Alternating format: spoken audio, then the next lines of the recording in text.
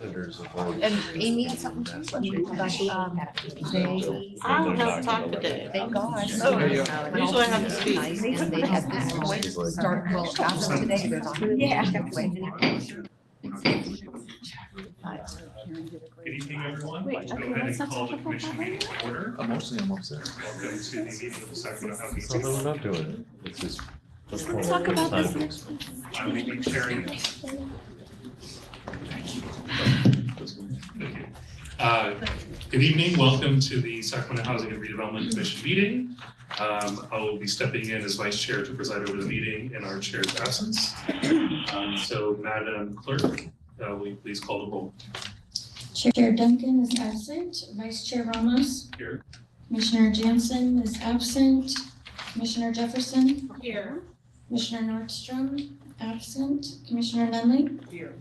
Commissioner Ross. Here. Commissioner Starks is not here.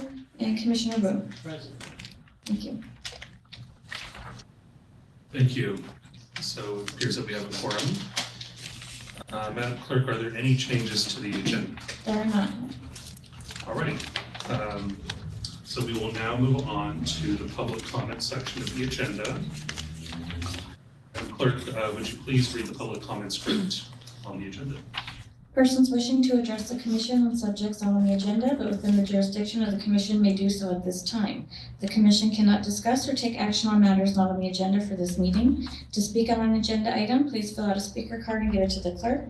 Speakers are limited to 3 minutes per item. And we have 3 speakers signed up right now.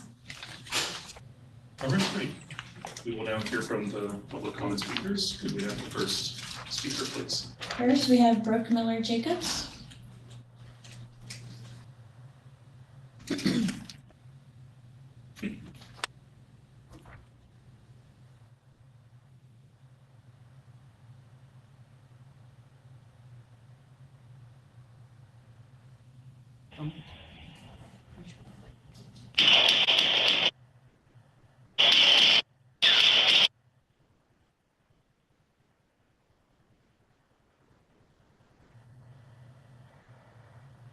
Welcome to my neighborhood.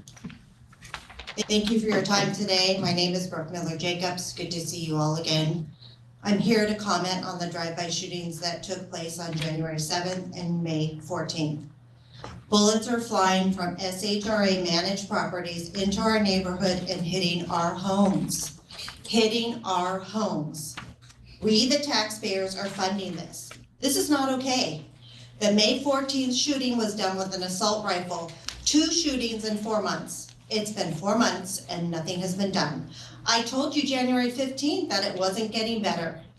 I'm tired of coming to these meetings. I'm sure you're tired of seeing me. I'm tired of talking to SAC PD, talking to the mayor, talking to our county board of supervisors, our city council, the media. Tired of begging and pleading that SHRA do something, do the right thing. I'm tired of being asked how I am. I'm doing terrible. Every day has been a nightmare since January 7th. Let's make that very clear. Every day I wake up wondering if this is the day someone in my house is gonna get hurt, gonna get shot. I have to check the police scanner every time I hear a helicopter, every time I go for a walk in my neighborhood. I'm tired. I am tired of inaction by SHRA, the city council, everyone. SHRA knows what to do. They turn things around for Marisol Village, okay? We need the same to be done for Marina Vista and Alder Grove and their residents. Strong management on site to enforce the rules. Monitored and limited access by gates into the property. You know, let's see the people coming in and out of there, okay? There's good people there that need to be protected. License plate readers, more cameras in public areas. Real-time access to camera footage by SAC PD. On the police scanner on May 14th, we heard SAC PD ask for the camera footage at 8:50 p.m. SHRA management denied that. Unacceptable. I heard the gunshots from the Target parking lot. And what do you think I did? I stood there and cried, hoping my family was safe. I heard it from the Target parking lot.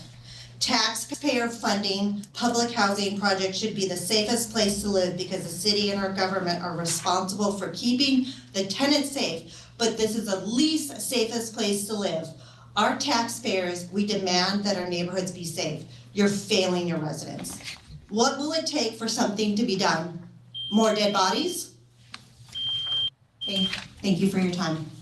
Thank you for your comments. We'll go to the next speaker. Next we have Karen Corbs.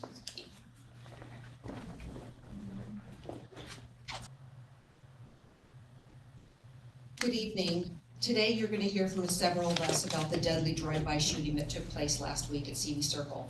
One man was shot and killed, many vehicles were struck, bullets pierced 2 homes, and over 100 shell casings were recovered from the scene. I'm going to play for you the actual 911 dispatch recording from that night, not the whole thing, but a little bit over a minute. And I'm going to walk you through some of the events to show the urgent need for real-time camera footage of that. 42 Charles 45, we're not getting 245 in front of the 355 CD circle. Caller saying someone's been shot. I'm going to move you guys to that call. Stand for a copy. Edward 41, I copy your article. Stand for a copy. Check. 2 Charles 43, will be filtered. Copy. Stand for a copy. So respond. Stand for a copy. Check. 45. Copy. 1141, safe driver. Copy. In units on the 245, local callers advising that we're subjects that were shooting from a teal Honda CRV, left headed westbound Vallejo.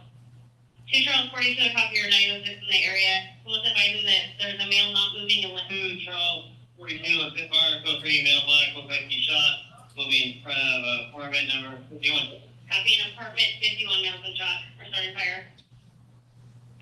1 GSW to the stomach. Copy. No. Copy. Flying field 1 GSW to the stomach. 2 Charles 42, fire is put in. Copy. Clear to enter. In units on the 245, just advising that you're possibly a male wearing a black hooded sweatshirt and a shirt. 42, check field applied. Copy. Test field applied. At 2 Charles 42, I'm getting held by multiple citizens. They're saying someone else has been shot. I guess he took off somewhere. So that will be that guy. Okay, copy. On the recording, you heard dispatch mention that the suspects were shooting from a teal Honda CRV, heading westbound on Vallejo. How many people were inside? What were their descriptions? We don't know. And we could have known if we had real-time camera footage. Imagine the possibilities. Officer could have immediately assessed camera feeds on their phones, confirmed the descriptions of the car. What direction were they going? Do we know that for sure? And deployed units to intercept the suspects right then and there.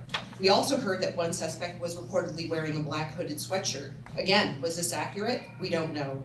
Most alarmingly, you'll hear an officer report that witnesses said someone else had been shot and the shooter fled. But fled where? The lack of information is exactly why real-time camera access is so crucial.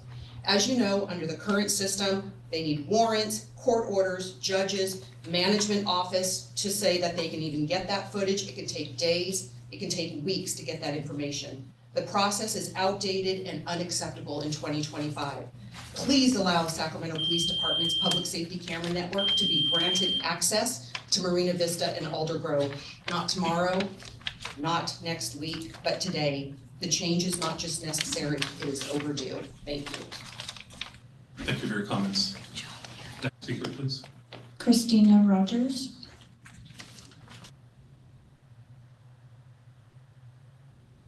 Good evening. I thought a committee was designed to bring the most important issues to the forefront and then do something about it. So I don't understand what your purpose is at the moment. When a little girl was murdered at the New Helvetia area last year, it wasn't enough to even discuss how to ensure it didn't happen again. Not until some of us came to talk did you even decide to create a public safety committee. And while I'm hearing comments about equity and fear of police, gangbangers have made the New Helvetia SHRA buildings their territory, and they own it right now. And I know that they call it the bricks, and you probably already know that too. And last week, another shooting happened at the Bricks, which gangs are talking about on social media. So here's some advice. The police are not the enemy here. They are not shooting innocent children at the CV Circle area. They are not speeding up CV Circle after committing a crime. They are not using their baby mamas and family to hide after committing crimes. There's a new discussion about fatigue going around on social media. As violence has increased around the United States, people have grown tired of sensitivities we need to have about those who fear police. None of the efforts to calm these fears have helped decrease the shootings and gang violence. All this anti-police rhetoric has done is empowered criminals to do more of the same because no one will hold them accountable. So now we have regular break-ins at local businesses on Broadway. The new coffee shop was busted into. Joe Marty's just had a break-in and their safe was stolen, and they walked right out on the street with no worries about getting caught with the safe in their hands. Am I implying that SHRA is responsible for that crime too? Absolutely not. What I'm saying is bad policy tends to perpetuate more bad stuff. It's like a cancer. And the good news is good policy can do the same. If you get active, work with law enforcement, and protect your clients, criminals will begin to learn they are not welcome. And maybe that will begin to spread out to the nearby businesses as well. Until then, gangs will continue to own SHRA's New Helvetia area. And maybe the most proactive thing that you can do right now is invest in some body armor and hand it out to the families who live on your properties there. Thank you very much. Thank you for your comments. Next speaker, please. I have no more speakers. Thank you all. We will now move on to the consent items on the agenda. Madam Clerk, would you please read the consent item wording? All matters listed on consent are to be approved by one motion unless a commissioner or the public requests that separate action is taken on a specific item. Thank you. I would ask the commissioners for a motion to approve the consent items. Is there a second? All right, heard a motion and a second from Commissioner Wu and second from Commissioner Jefferson. If there are no objections, we will pass the motion. Are there any objections? Hearing none, then the motion passes unanimously. We will now move on to presentations. Madam Clerk, would you please read the title of item 2?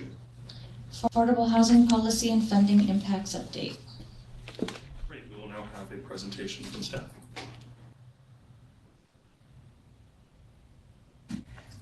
Good afternoon, Chair Ramos, Commissioners.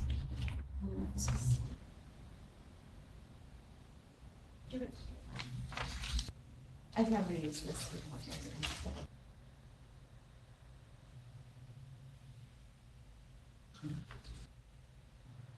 My name is Keisha Boulware. I'm the Deputy Executive Director for Development for SHRA.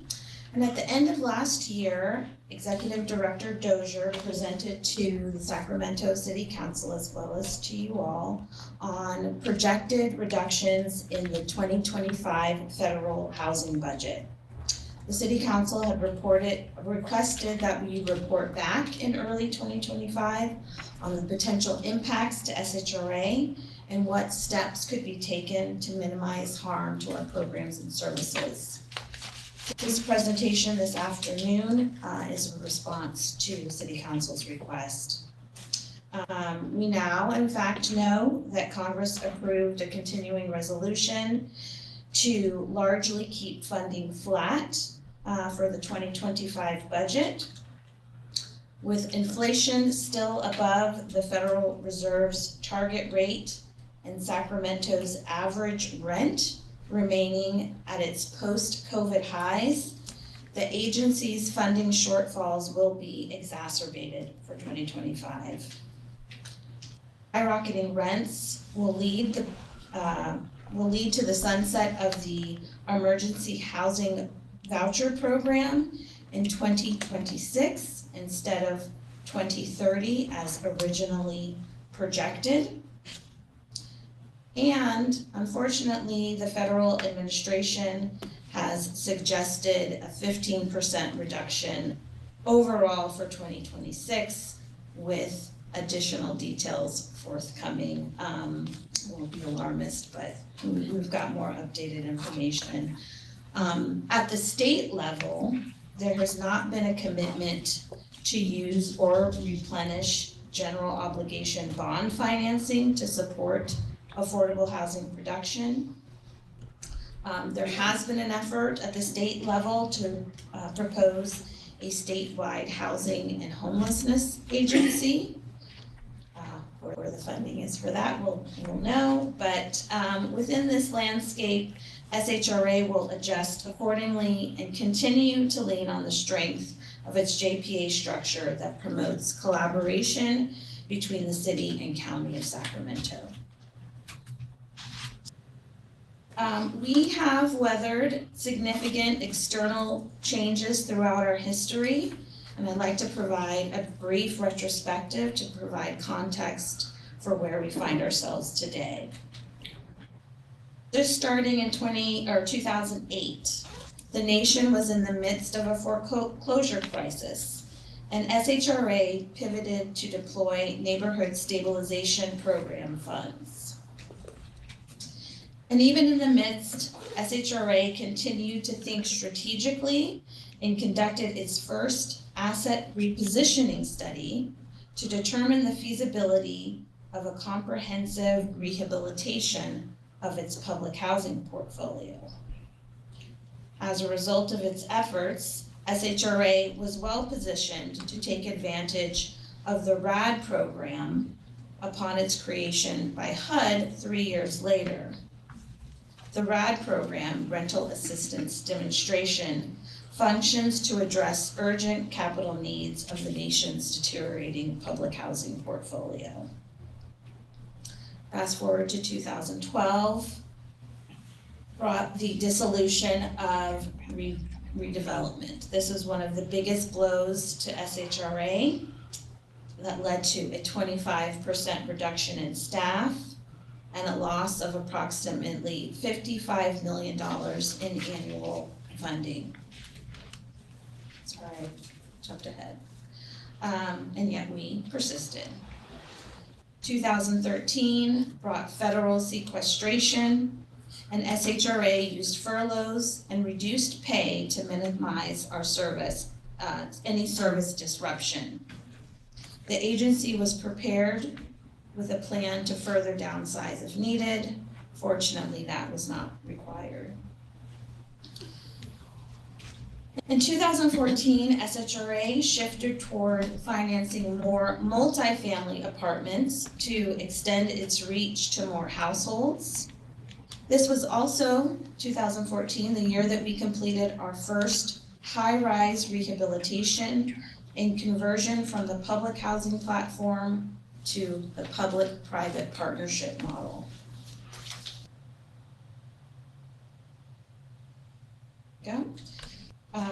2017, we see housing policy priorities shifted to address the growing homelessness crisis. At the direction of city and county, SHRA updated its financing guidelines. As well, in 2019, that was the year SHRA completed its first RAD conversion on its own. 2020 brought us a global pandemic, and SHRA experienced a precipitous drop in tenant payments and was subject to eviction moratoriums. However, the agency staffed up to create the SHRA program, helping 18,000 families across the region remain housed.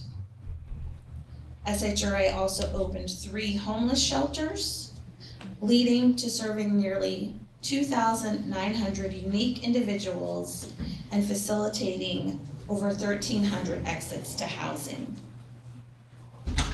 In 2022, we were emerging from the pandemic, and SHRA shifted to recovery mode, addressing maintenance backlogs from the pandemic and our public housing portfolio. We focused on keeping tenants housed in the HCV program in the face of skyrocketing rents. However, HUD directed housing authorities to stop issuing new housing vouchers in 2024. With the skyrocketing rents, the funds were just not there. With the shift in policy, SHRA has had tremendous success in permanent supportive housing production using new state funding resources like Home Key and serving the unhoused with established preferences in our public housing programs and RAD programs. Next, I'm going to run through a series of slides that demonstrate the impact of the housing policy changes over the last 10 years. For each of the data sets, we took a snapshot in time for 2014, 2019, and 2024 as proxies for this time period. In 2014, SHRA was able to pull people from the wait list exclusively with the Housing Choice Voucher Program. But in 2016, HUD modified its regulations to allow for priority referrals from the unhoused. SHRA used this tool locally, and we can see both the HCV and public housing programs that we are making progress with the intended population. Conversely, we are seeing fewer families with children being housed and a greater proportion of 1- and 2-person households filling our properties.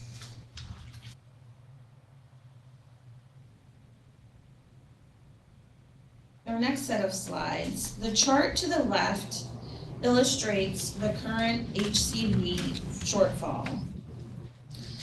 You will see that while the average subsidy per voucher increased 110% in 10 years, the total number of vouchers, i.e. households being served, only increased 6.3%.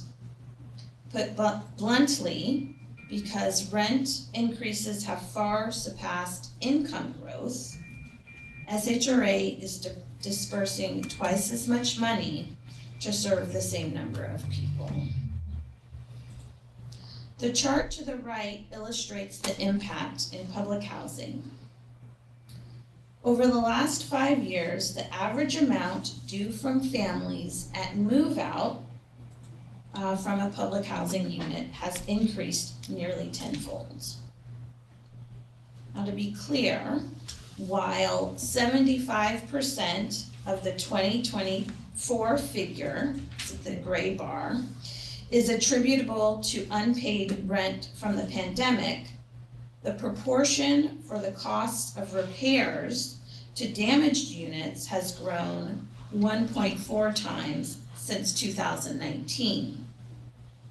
This reflects both deferred maintenance due to the inability to access units during the pandemic and the additional wear and tear with formerly unhoused households reacclimating to living inside.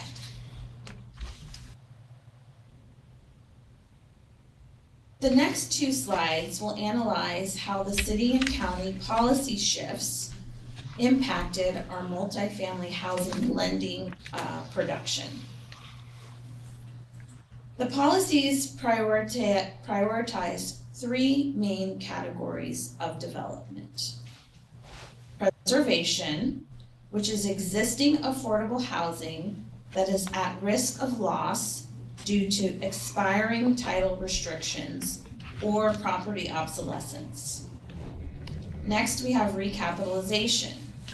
This is existing affordable housing that needs additional funds to either rehabilitate or stabilize the property in exchange for additional years of affordability. And finally, new construction, the creation of new units through ground-up construction, adaptive reuse, or motel conversions. Prior to 2019, there was more of a balance between supporting existing affordable housing and financing new construction. At this time, new construction focused on what we describe as workforce housing, households earning between 30 and 60% of the area median income, or roughly between $35,000 and $70,000 annually for a family of 4. We were promoting development in higher income census tracts and transit-oriented development. After the 2019 policy shift to prioritize permanent supportive housing, we increased that priority and focus. It should be noted again that these charts represent a snapshot in time, and that in 2024, nearly half of the new construction units were actually motel conversions for the unhoused.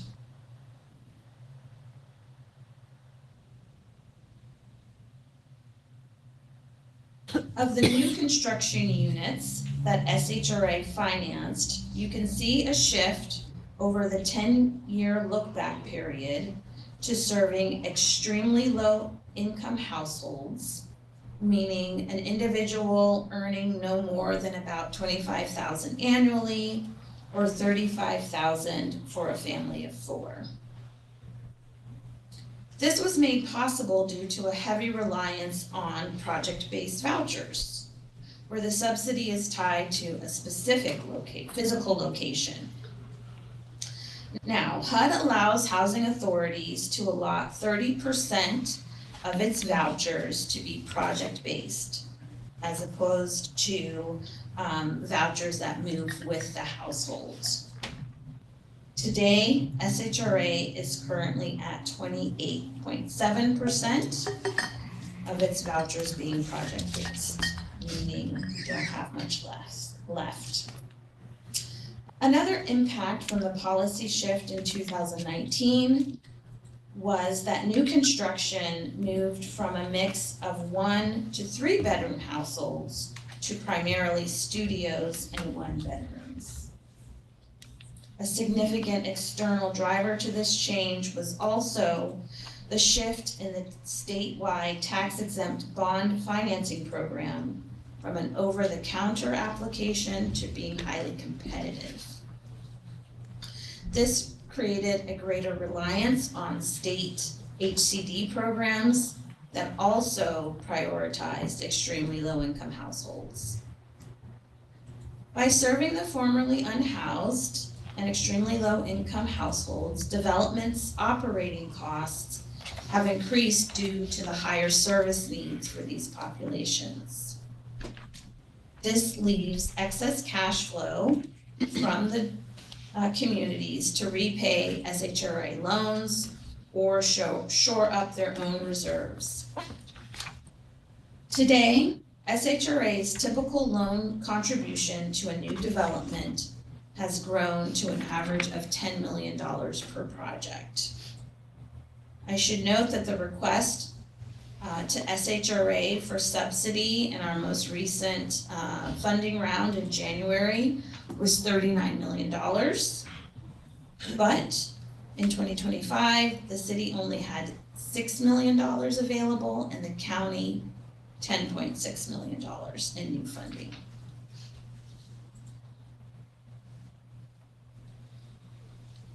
As a result of both the statewide and local policy shift towards serving the unhoused, we do have good news. Sacramento has had success in reducing homelessness, thanks to the efforts of Sacramento's collaborative housers, advocates, government officials, and organizations like Sacramento Steps Forward. There was a 29% reduction between 2022 and 2024 in the point-in-time homelessness count. We have exceeded our affordable housing plan goals set by the city and county for both new permanent supportive housing, and affordable housing units. The not so great news is that the demand for subsidy financing is ever increasing, and the competition for those dollars is generating housing types that are less diverse and more costly to operate and regulate. What happened to my slide? Here we go. SHRA, as you know, is a dynamic organization that uses its levers to support housing stability in Sacramento.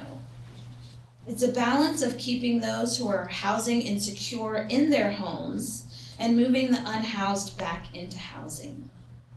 Our housing preservation efforts include reducing rent burden through programs like rapid rehousing and rental subsidies, ensuring that existing affordable housing is secure and well-maintained in both public housing and our portfolio of SHRA financed properties. Again, the challenge is insufficient funding and prioritization for preservation and or recapitalization in the state tax credit and tax exempt bond programs, which are major leverage sources of financing. On new construction, we've had success with permanent supportive housing, but we also need affordable housing units for families within a range of incomes so that they can remain and thrive in Sacramento. Challenges are increasing land, infrastructure, and construction costs, and rising operational costs for permanent supportive housing due to the intense service needs. We anticipate the levels of uncertainty will continue and increase in the near term, stemming in part to the priorities of the new administration. New international tariffs, which we've seen, the Buy America contract requirements will increase the cost of construction materials. Corporate tax cuts will reduce the demand for low-income housing tax credits, resulting in less equity contributed to our affordable housing projects. The current administration's approach to immigration reform and deportations will increase labor costs for the construction trades. And the current efforts to shrink the government, unfortunately, will leave agencies without crucial institutional knowledge and know-how, which we have seen with our HUD contacts as of late. We're seeing the through line already at HUD. HUD is focused on promoting self-sufficiency of its beneficiaries with proposed work requirements. Yet we know that approximately 60% of public housing residents are elderly or disabled, and many other households include adults who are caring for young children. HUD is promoting the consolidation of housing authorities, and fortunately, our joint power authority structure makes SHRA well positioned. But we should consider and be prepared to consider HUD mandates to extend our reach beyond just the city and county of Sacramento. HUD has formally announced its initiative to restrict federal housing benefits to U.S. citizens. SHRA does serve mixed status families where benefits are prorated for non-citizens, but there is a risk that entire households could be removed from the program. SHRA is well equipped to manage this uncertainty and both addresses the urgent matters at hand and advance strategic initiatives. So what is the path forward? SHRA will continue to support the Housing Choice Voucher Program by refraining from issuing new vouchers and closely monitoring our payment standards. We will continue to identify opportunities to diversify revenue sources, including continuing our RAD conversions of public housing and the development of new housing through dispositions. We will look to increase leverage of our limited housing funds. We will investigate ways to balance the preservation of existing affordable housing and the development of new homes. And we can only do this with the continued collaboration between the city and county. One truth, however, is fulfilling our mission requires dollars. And with that, we ask for support of a local housing bond and support for a statewide initiative for a $10 billion general obligation housing bond. Presentation. Thank you, really appreciate that thorough presentation, very helpful. There is no motion on this item. I would ask if there are any questions or comments from commissioners. Commissioner Ross? Yes. So, thank you for the presentation. That was really good. I do have a question regarding the RAD movement for conversion. Is it, with Marina Vista and Alder Grove, are there discussions, I may have missed it, to convert those to RAD? I would say yes. In our original asset repositioning study, both Marina Vista and Alder Grove were included and are included. I think the pertinent question here is timing. And as we know from the success of Mirasol Village, both of those campuses will require significant infrastructure upgrades. The current housing programs in place are really more geared towards vertical construction. So there is a challenge in identifying needs for that underground infrastructure. Just to go back and give a little bit of history and perspective regarding Marina Vista, Alder Grove, and at the time Twin Rivers, those were our big three. And we did choose to start with Twin Rivers, which then transitioned into being Mirasol Village. We did seek out a $30 million Choice Neighborhoods Initiative grant, and that was the competitive funding that was nationwide. Only 5 in the country were awarded, and we were successful. And that was the seed money to get that project going. The project at the end is $330 million. So we were excited about 30 million, but really it was kind of the tail wagging the dog. But it really did allow us to get started on that process and breaking it down into phases and doing all the work.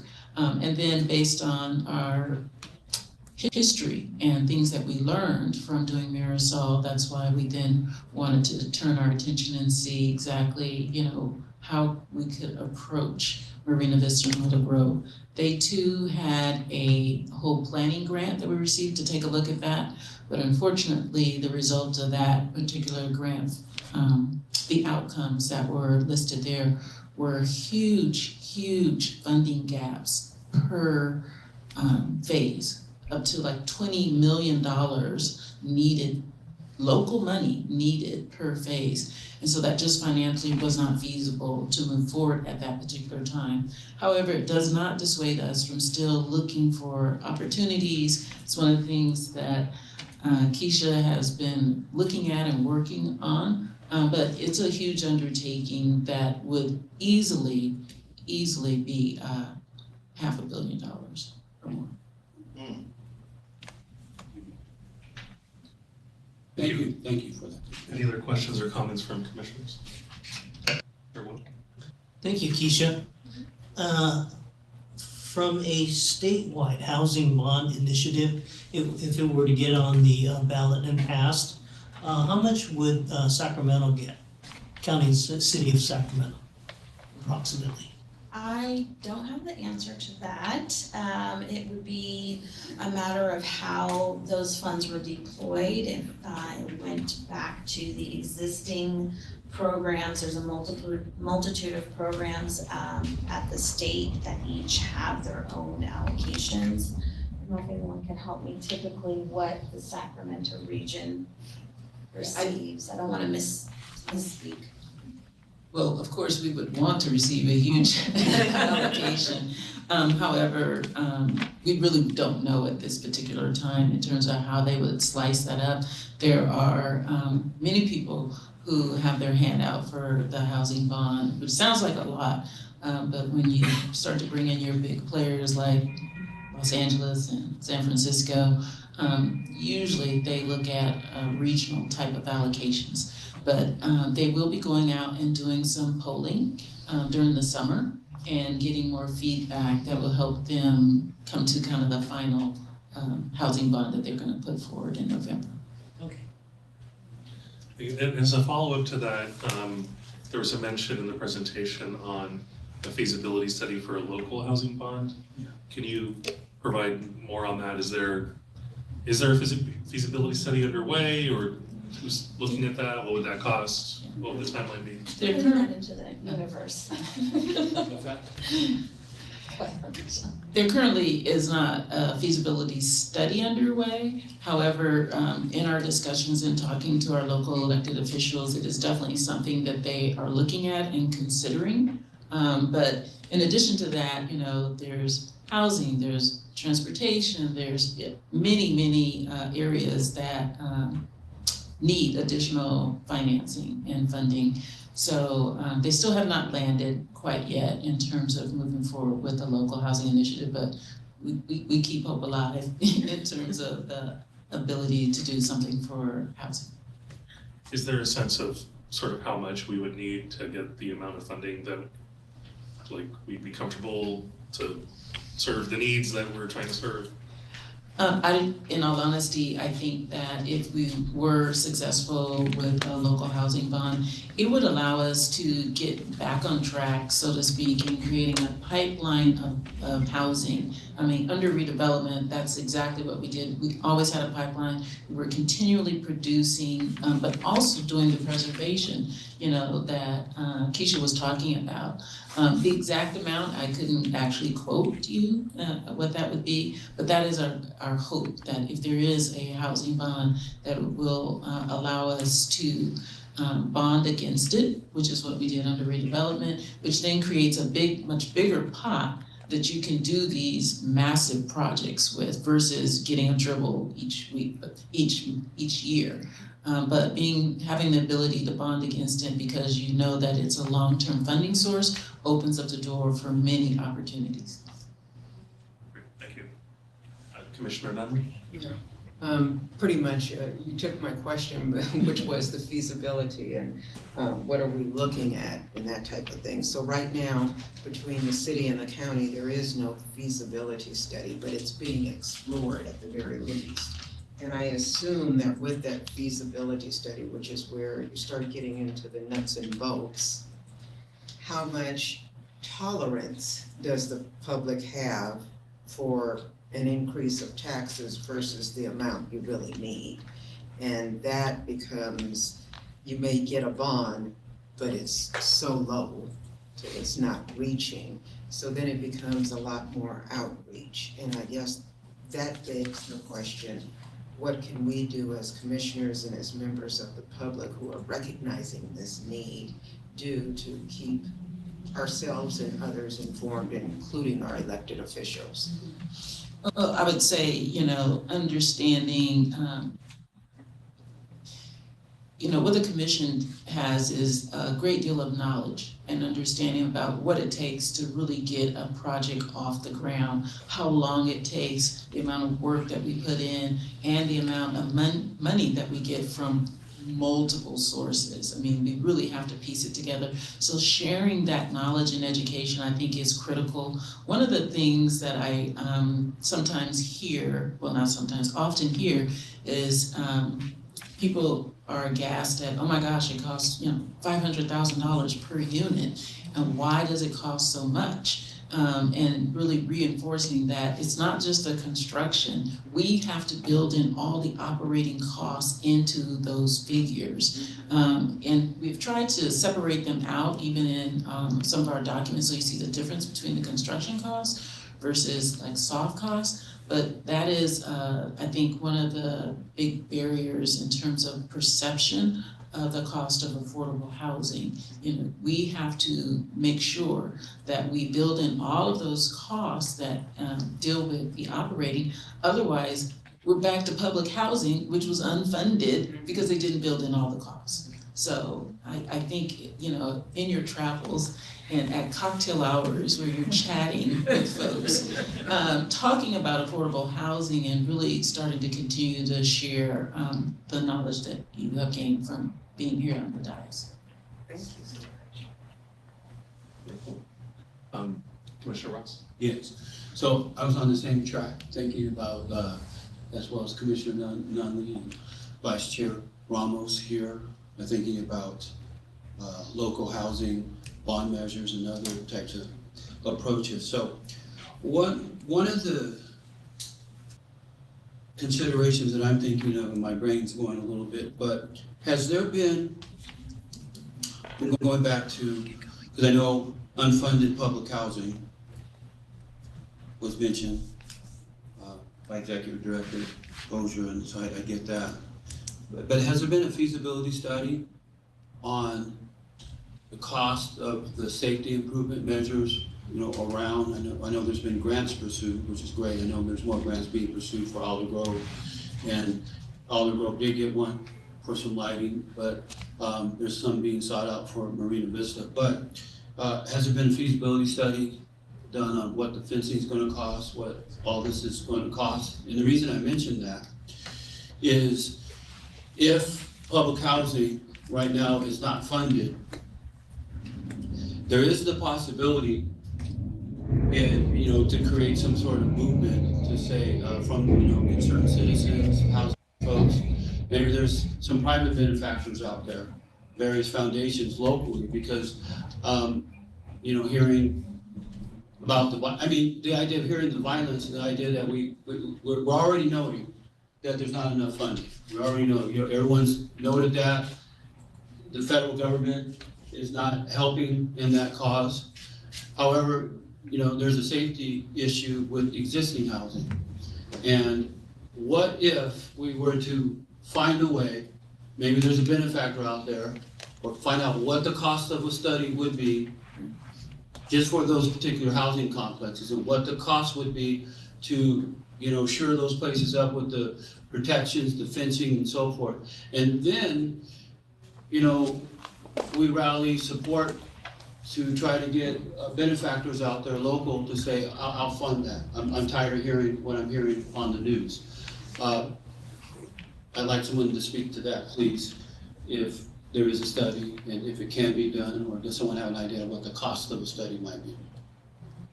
So I think those are some of the things that the Safety and Security Committee will be talking about and addressing and bringing information forward. We definitely have the information from the SEPTED that the police did. How long ago was that? 23. Yeah, 2023, a SEPTED study that outlined, what are some of the measures that could be taken in terms of an overall comprehensive study. I think we've hit a lot of the major things, that information, I just don't have it readily here available, but I think that will be definitely shared with the committee members. Who'll be reporting out to the full commission as well. Well, I believe you're on the subcommittee. Okay. I am. I am on that committee. Thank you. That's important. I wanted to know if it was there. I know we just started before our last, this month. This month, yeah. We just started this month before our last meeting. So I guess I'm just kind of speaking. It would be good when we have our next meeting or so, or maybe email, ahead of time that, we can find out what that information is, because I do know that the SEPTED was done. Other good information was provided, but I think having that information coming up for our next meetings, as you suggested, I think would be excellent, because we do need to try to develop, a strategy. What I'm hearing and what I've seen and what saddens me is because we just don't have the money, right? So, but somebody has the money, right? Someone does. And so to come up with a strategy to help make that happen, let's try to get all that information as soon as we can, because that's gonna help inform. And, you know, we are a commission. I think our local electeds and so forth, you know, might get behind, you know, such the movement. There may be a benefactor out there, so thank you. Any further comments or questions? All right, well, I would just say, again, really appreciate the presentation, and I think especially the historical sort of background information, I think is super helpful, because it also further puts in context that, you know, we're not setting the larger policies here, right? This agency has to be responsive to the constraints that are put on us, and really appreciate the work that you all do to be responsive to that, as the presentation shows over the past 15 years of how there's been so much change in terms of like resources and also in terms of policy priorities, and how, you know, we have to adjust to that to make it work for the residents that we serve. So thank you all for that work and for this presentation. With that, Madam Clerk, are there any public comments on this item? There are not. Right. Thank you. So again, there's no motion on this item, so we will now move on to the Executive Director report. Executive Director Dozier. Okay, just a couple of things. I believe at our last meeting, I did discuss kind of the federal challenges that we are looking at with the president's skinny budget. We are still really in an area of uncertainty, as Keisha, I think, outlined. There are so many unknowns, a lot of moving parts that are going on. So we are still grappling with what is the landscape going to look like financially for the agency and all PHAs across the country. But in addition to kind of the federal challenges, you know, there are challenges at the state as well. And the state is one of our largest kind of benefactors, so to speak, in terms of how we leverage funds and how we pull down resources. We could not have done all of the home keys we've done. Gosh, I always get this, 7 or 8? We have our 7th in right now. We have our 7th in of home keys, all funded, you know, in large portion from state funds. So, you know, we're kind of getting it from all levels here, from the federal level, from the state level, and we understand, you know, it's you know, hard economic times, and a lot of the policies are starting to impact our costs that are going up. So we'll continue to report out the information as we receive it and let you know. But it is, someone kind of really said it quite well, it's not that they're proposing cuts to the program, they're proposing shifts of the money. And that's really the bottom line of what's going on. Thank you. All right, so we'll now move on to commission member reports. I'm so sorry. I had one other thing. I'm sorry. Based on our discussion with HUD staff during their last on-site visit, it was recommended that the commissioners' training be provided to give you just more information and about how housing authorities work. So we're kind of unique from other housing authorities, and we do more than just administer a public housing and a voucher program. So instead of providing you with like just generic online training, we're working to provide you with something much more personalized on-site training that we anticipate may take up to maybe a half a day, or maybe we'll break it out a little bit more depending on schedules. So we're working to try and get that scheduled for sometime in June. Amber will be in touch with you shortly to see if we can block out some dates and times. So if there are days in June that you're unavailable, please let Amber know as soon as possible, and we'll continue to work around that. Sorry. Okay. Thank you, good to know. All right, so we'll jump to commission member reports. I have a question regarding that. Go ahead. Doesn't respond so well. So for those dates, would that include not only weekdays, but, you know, perhaps a weekend retreat? That's not always convenient, but some of the other commissions and so forth that I sit on, when we have to do planning, it's done that way. I don't know whether there's opposition to that, but that may or may not be a good way to do it. I don't like to give up my weekends, but I can't. If we can't find, time if it's really important. I think our challenge, if we went to weekends, would be getting trainers that would be available to do the training on the weekends. Most of the organizations and national groups, can't recall any of them really doing weekend type of training. I think that would be our biggest challenge. Okay. I mean, well, and the rest of you, I don't know how you feel about it. I don't know if Sam is kicking you like under the guidance right now. The park and rec, that's how we have to do it. I don't like it, but. But yeah, so I think that would be our biggest problem. Kung Fu fighting. All right. Cat was fast fighting. Anyway, go ahead. All right, any other commission member reports? No? I'll just want to thank again the public comment speakers who came earlier. I think they might have already left, but just want to appreciate members of the public who came out to share, given the tragic circumstances from last week. And I believe the next Safety Security Committee is going to be meeting on June 4th. June 4th. Yeah, June 4th, so we have a committee. But, all right, then with that, if there is no other business, then the meeting is adjourned. Thank you.